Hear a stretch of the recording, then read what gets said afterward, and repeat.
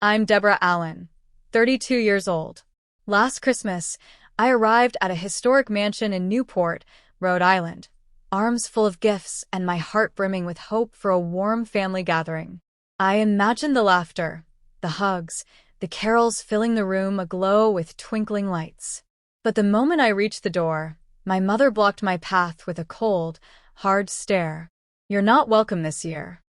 I froze, stunned, until my sister stepped forward, smirking cruelly. "This is no place for losers." Her words cut through me like a knife, shattering every expectation in an instant. The joy I had carried turned instantly into humiliation and bitterness. Forcing a smile, I nodded and walked away, hiding my tears in the icy night. Sitting in my car, I picked up my phone and said, calm but resolute, "Cancel everything right now." 30 minutes later, my sister was in tears, begging me to let her back into my life. But by then it was far too late. Have you ever walked into a moment expecting warmth, only to be met with betrayal?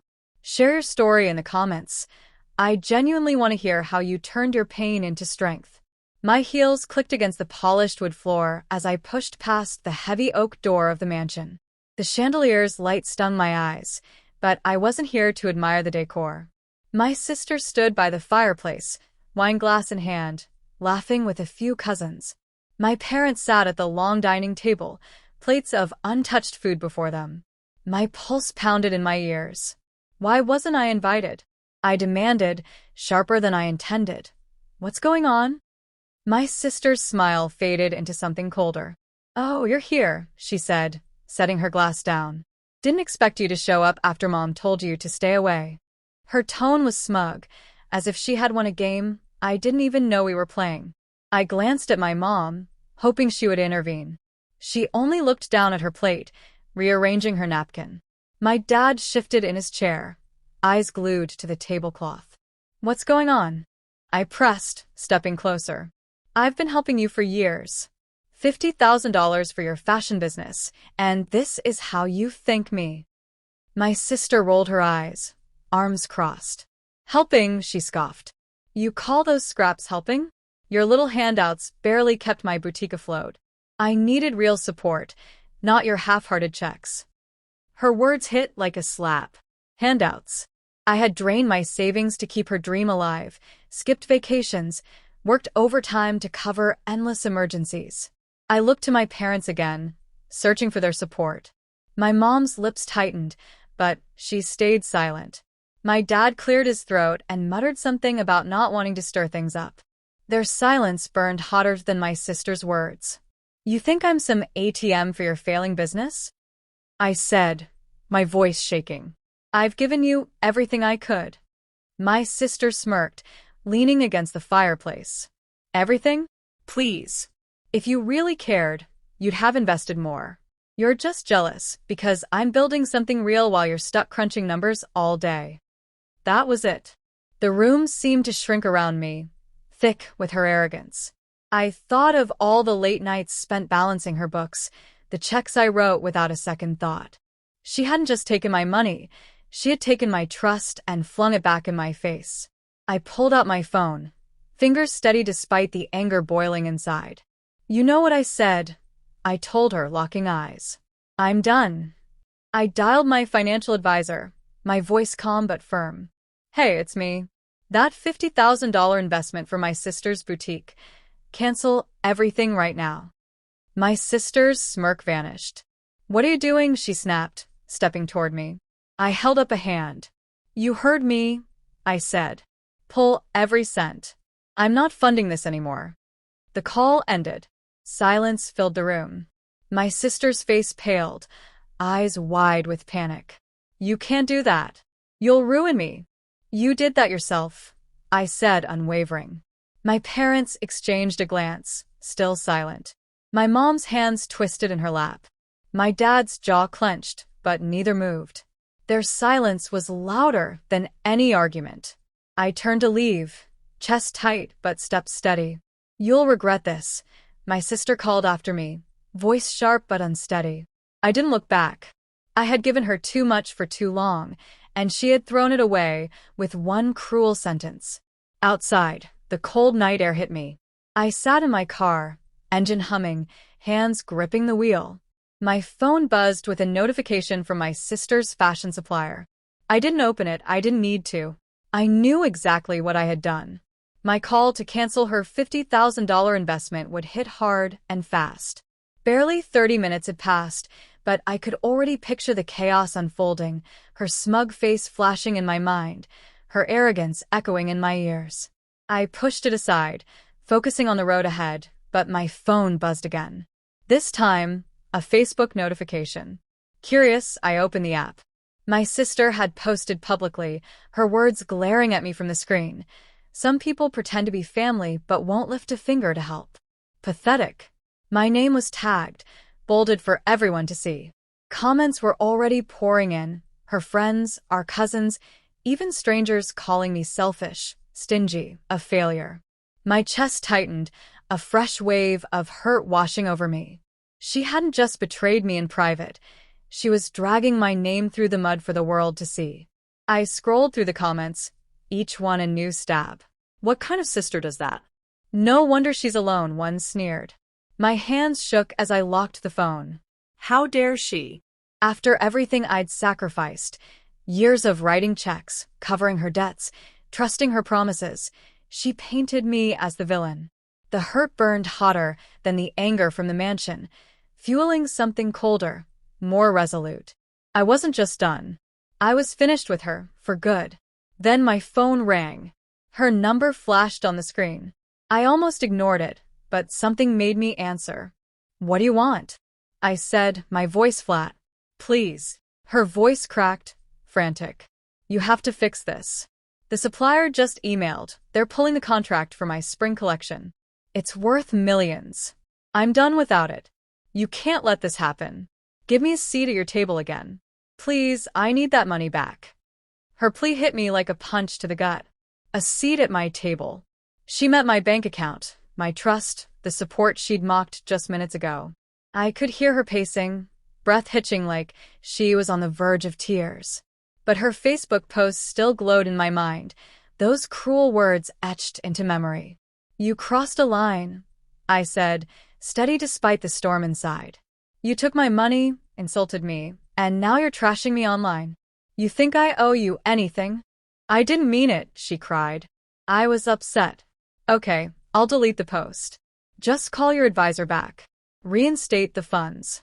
I'm begging you. Her voice broke, but it didn't move me. I'd heard her excuses before. Every missed payment, every borrowed dollar beyond her means. This wasn't remorse. It was panic. No, I said, final. You made your choice. You don't get to rewrite it now. I hung up before she could respond, cutting her plea off in the silence of the ended call. My phone buzzed again. Another notification, probably more comments on her post, but I turned it off. I didn't need to see it. Her words, her desperation, none of it changed what she'd done.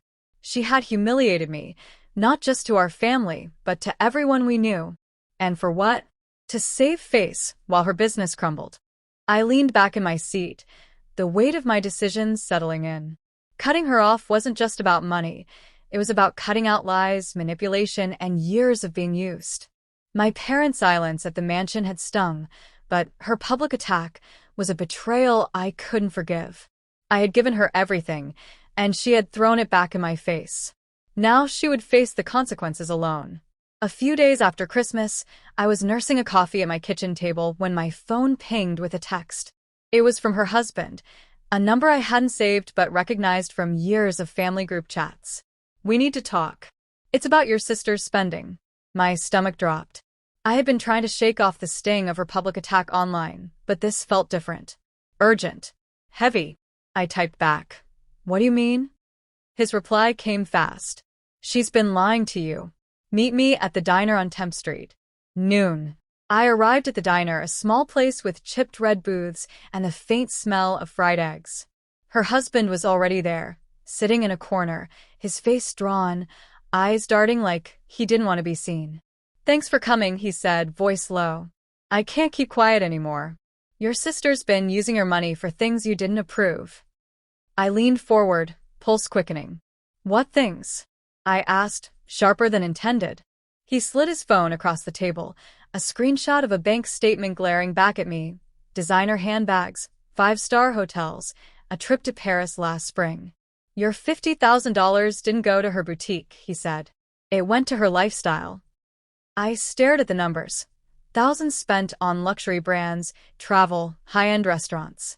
My money, the savings I poured into her dream, had funded her Instagram-perfect vacations. My hands clenched into fists, a slow burn spreading through me. Why are you telling me this now? I demanded. He sighed, running a hand through his hair. Because I'm done covering for her.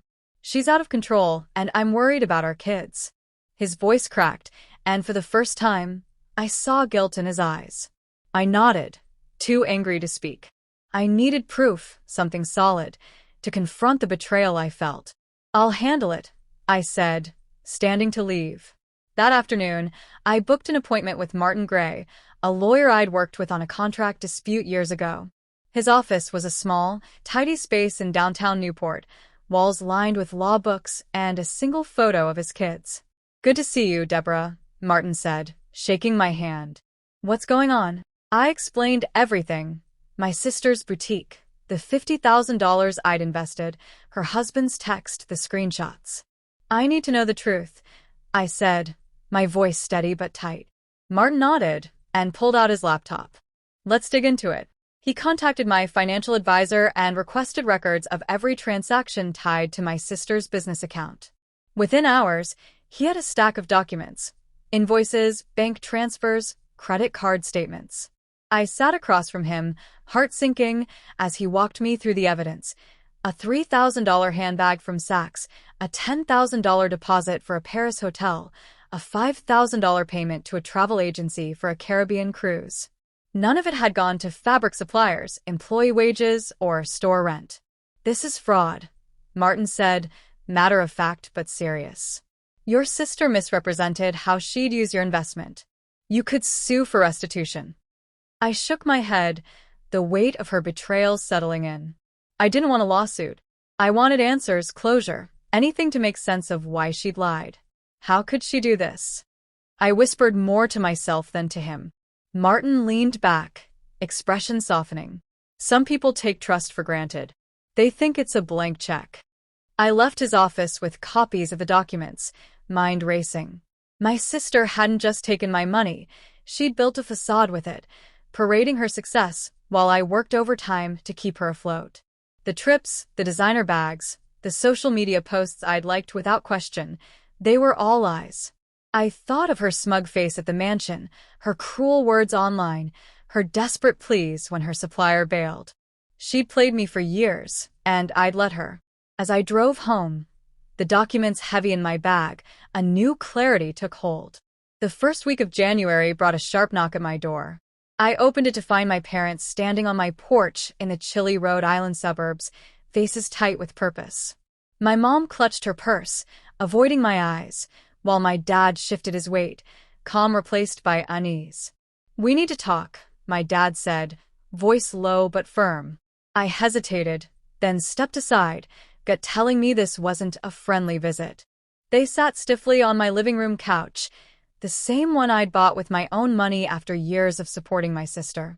Your sister's in trouble, my mom started, hands twisting together. Her boutique is falling apart because you pulled your funding. You need to help her. Her words hit me like a punch. I stared, disbelief rising. Help her? I said, voice sharp. After she lied to me. Use my money for designer bags and vacations? My dad raised a hand, tone conciliatory. She made mistakes, sure, but she's family. You can't just abandon her. His words echoed their silence at the mansion when they let her call me a loser without a word. I leaned against the kitchen counter, arms crossed, keeping my anger in check. You didn't say a word when she humiliated me, I said. You stood by while she trashed me online. And now you're asking me to bail her out again? My mom's face hardened, her voice rising. You're being selfish, Deborah. Your sister needs you. She's struggling, and you're sitting here fine with your fancy job and your perfect life. Perfect life. I almost laughed. My job as an accountant was steady, but it wasn't glamorous. I'd sacrificed vacation, savings, and time to prop up my sister's failing dreams. Selfish. I shot back. I gave her $50,000. She spent it on herself, not her business. I'm done being her bank. My dad sighed, rubbing his temples. Family sticks together, he said, softer but insistent. You could give her another chance. Reinstate the funds, just enough to get her back on her feet. I shook my head, the weight of their bias pressing down. They hadn't come to hear my side. They'd come to defend her, to guilt me into opening my wallet again. You always take her side, I said, voice trembling. Even after she lied. After she betrayed me. Why is it always me who has to fix things? Before they could respond, my phone buzzed. A text from my friend Gail Reed, who'd been my rock through this mess. Heard your parents are there. Need backup. I typed back a quick yes. Within minutes, Gail was at my door, her presence a steady anchor. She stepped inside, sharp eyes taking in my parents' tense postures. What's going on? Gail asked, calm but protective. I explained, words spilling out. They wanted me to fund my sister again, after everything she'd done. Gail's jaw tightened, but she stayed composed. You've given enough, she said, looking straight at my parents. Deborah's not the problem here. Your other daughter lied and used her. Why are you blaming the one who's been hurt? Gail's words were blunt, cutting through the tension like a knife. My mom bristled, voice sharp. You don't understand family, Gail. This is between us. Gail didn't flinch. I understand loyalty, she said. And Deborah deserves better than this. Her support steadied me, grounding my resolve. I turned to my parents, voice firm. I'm done, I said. Not just with her, but with all of this. I won't be guilted into fixing her messes anymore. If you can't see that, we're through. My dad's face fell, mouth opening to protest, but my mom grabbed his arm, silencing him. They stood there, expressions a mix of frustration and disbelief, and walked out without another word. The door clicked shut, and I felt a strange relief, as if a weight had lifted. Gail put a hand on my shoulder, voice soft. You did the right thing, she said. I nodded, the finality of my words sinking in. I'd cut the cord, not just with my sister, but with the family that chose her over me. A week later, my phone lit up with a text from her husband. I'm leaving her, it read, taking the kids to my mom's place in Providence. Can we talk? My heart sank, not for my sister, but for the kids. 2 boys and a girl barely old enough to understand the mess their parents had made. I typed back, agreeing to meet him at a coffee shop in Warwick, a short drive from my place. I wasn't sure what he wanted, but his earlier honesty about my sister's spending had earned him a sliver of my trust. At the coffee shop, he sat across from me, eyes hollow, shoulders slumped under the weight of his decision. I can't stay with her anymore, he said, stirring his coffee without drinking it. The lies, the money. She's run the boutique into the ground, and now she's taking it out on the kids. His voice was steady but raw, as though he'd been holding it in for too long. I nodded, jaw tight. What's your plan? I asked. I'm moving the kids to my mother's house, he said. It's small, but safe. I need to find a rental nearby, something I can afford on my bank salary. I don't want them growing up in that chaos. I thought of my sister, her lavish spending, her public attacks on me. She'd built a house of cards, and now it was collapsing around her family.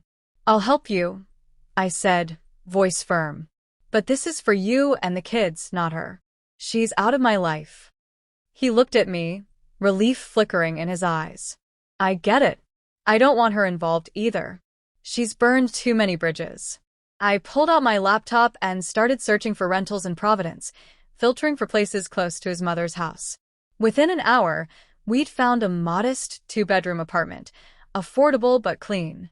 I offered to cover the first month's rent and deposit, a small gesture to keep the kids stable. You don't have to do this, he said, voice thick with gratitude. I'm not doing it for you, I replied, meeting his gaze. I'm doing it for them. The kids didn't deserve to pay for their mother's mistakes. He nodded, understanding, and promised to pay me back when he could. I didn't care about the money. It was nothing compared to what I'd lost to my sister. Helping him felt like drawing a line, protecting what mattered without letting her back in. Meanwhile, word reached me through a mutual friend that my sister was spiraling. Without my funding, her boutique couldn't cover its debts. Suppliers had cut her off, employees were quitting unpaid. She'd tried borrowing from friends, but her reputation, tarnished by her own social media rants, made them wary.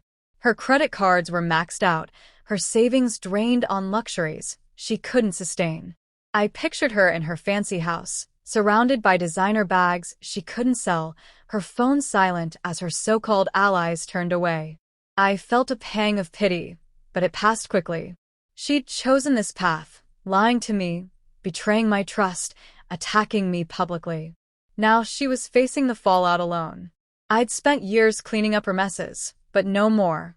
My focus was on helping her husband get his kids settled, not bailing her out. I wired the payment for the apartment deposit, confirming with the landlord over a quick call. "It's done," I told him as we left the coffee shop. "You're set for the month." He shook my hand, grip firm but weary. "Thank you. The kids will be okay now." I nodded, hoping he was right. As I drove back to my place, I thought about the family I'd once had, parents who took her side, a sister who used me, kids caught in the middle. I'd cut them out, but helping those kids felt like a small redemption, a way to hold on to my own values without giving in to her chaos. Late January brought a quiet evening, broken by my phone ringing. My sister's number flashed on the screen, and I hesitated, thumb hovering over the decline button. Weeks had passed since I'd cut her off, and the silence had been a relief. But curiosity won out, and I answered. "What do you want?" I asked, my voice cold. "I'm sorry," she said, rushed, almost rehearsed. "I messed up, okay? I shouldn't have said those things online, but you didn't have to destroy my business." Her words carried that familiar edge, blaming me even as she apologized. I gripped the phone tighter, patience thinning. "You destroyed it yourself," I said. "You lied about my money, spent it on luxuries, and then trashed me publicly. Don't put this on me." She sighed, dramatic and forced. "I was stressed, Deborah. You don't know what it's like to run a boutique. I needed those trips to network, to keep up appearances. You could have helped more instead of pulling the plug." I almost laughed at her nerve. Even now, she couldn't own her mistakes. "You're not sorry," I said. "You're just scared because it's all falling apart." She went quiet, and I hung up, her half-hearted plea fading into nothing. The next day, my parents called, voices heavy with urgency.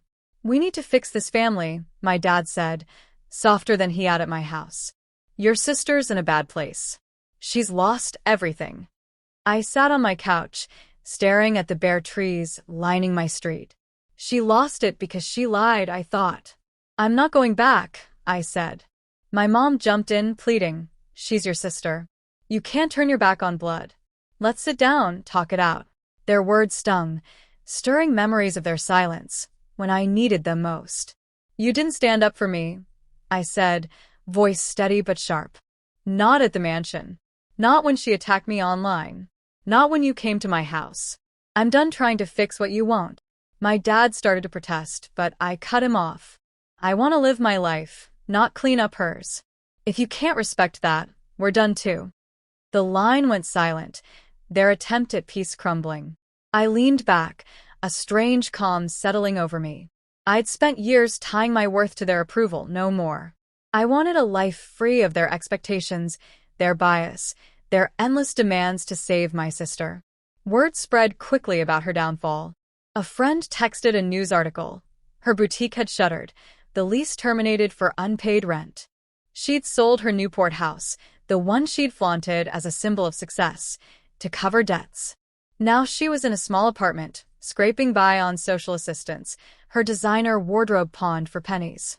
I pictured her alone, surrounded by the remnants of a life built on lies, and felt no satisfaction, only a quiet resolve to keep my distance. Her collapse was complete. Suppliers wouldn't touch her, former friends vanished, and her husband had taken their kids to start over. I'd heard she tried a new venture, an online shop, but it failed within weeks. reputation too damaged to recover. She was out of options, out of excuses, and out of my life. I thought of the years I'd spent propping her up, believing her promises, trusting her dreams. Each betrayal, her spending, her words, her refusal to change, had pushed me to this point. I wasn't the villain she'd painted me as, nor the savior my parents wanted. I was just me, choosing myself for once. As I set my phone down, the weight of my freedom felt real. By spring, the air in Rhode Island felt lighter, and so did I. For the first time in years, I woke up without the weight of my sister's demands or my parents' expectations pressing down. My days settled into a rhythm that was mine alone. Mornings at the accounting firm, evenings with friends who didn't ask me to fix their lives. Gail and I started a weekly dinner tradition at a seaside cafe in Newport, laughing over plates of clam chowder and stories that didn't revolve around family drama. I even took up painting again, a hobby abandoned when my sister's crises consumed my life. My small house became a sanctuary filled with my choices, books I wanted to read, colors I chose for the walls. I heard about my sister through whispers, still in that cramped apartment, scraping by, part-time at a local diner, blaming me, her husband, even the economy for her downfall. "Deborah ruined me," she'd say, voice sharp with resentment, as if her lies hadn't burned every bridge she had. I didn't feel anger anymore, just a quiet distance. Her life was hers now, and I no longer carried its weight.